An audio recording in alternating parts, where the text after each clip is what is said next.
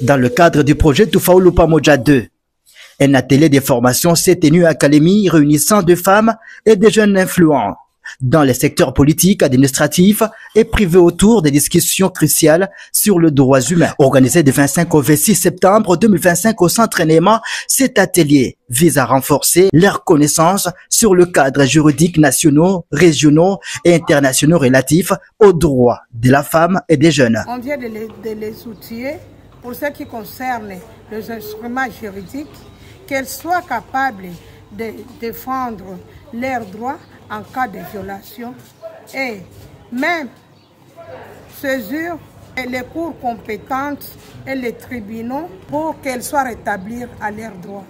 Avec le mouvement Rien sans les femmes, dans son projet Tufaulu 2, on a outillé les femmes influentes et les jeunes influentes à ce qui concerne les mécanismes de protection et de recours en cas de violation de leurs droits et les bases juridiques des instruments protégeant les droits de la femme et des jeunes filles. Sous la coordination d'Yvette Kassongo, point focal du mouvement Rien sans les femmes, section du Tanganyika, cet atelier a été lancé par sa représentante Blanche Lugoma, point focal adjoint. Au cours de cet atelier, les intervenants ont partagé des témoignages inspirants et des études des cas mettant en lumière des initiatives locales réussies. Les participants ont également travaillé en groupe pour élaborer, évaluer la mise en application des instruments nationaux, régionaux et internationaux en RDC, plus particulièrement en Kalemi, afin de valoriser une approche pratique et collaborative. Cet atelier a été un succès, suscitant un vif intérêt et un engagement marqué pour l'égalité des genres. En fait, la formation était bonne. La formation nous a beaucoup aidé, ça nous éveille sur nos droits et surtout savoir où passer et où commencer. En fait, ils nous ont parlé des différentes résolutions. Par exemple, la résolution 1325 qui parle du fait de la femme ainsi que de leurs droits. Par rapport à la formation, premièrement, nous disons merci au formateur. Aussi, c'est que moi j'ai compris, j'ai appris sur les actes contre l'humanité. Il y a plusieurs actes contre l'humanité, les violences, les tortures,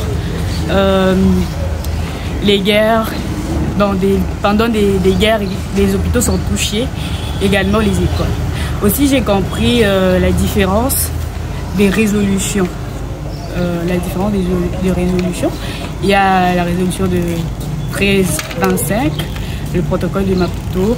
Moi, je trouve que la femme et la jeune fille, par rapport à cette formation, elle doit être autonome et déjà informée par rapport aux différents instruments juridiques qu'on a essayé un peu d'énumérer, entre autres le protocole de Maputo, la résolution 1325. Donc, ça parle quant à ça par rapport aux droits des jeunes filles, surtout à la femme. La matière est utile pour nous. Ça nous a permis de savoir connaître nos droits. Toute personne, toute femme qui était ignorante de ses droits, ça lui a permis aujourd'hui de savoir ses droits, de savoir de quoi je suis utile dans la société, qu'est-ce que je peux faire, qu'est-ce que je ne peux pas faire.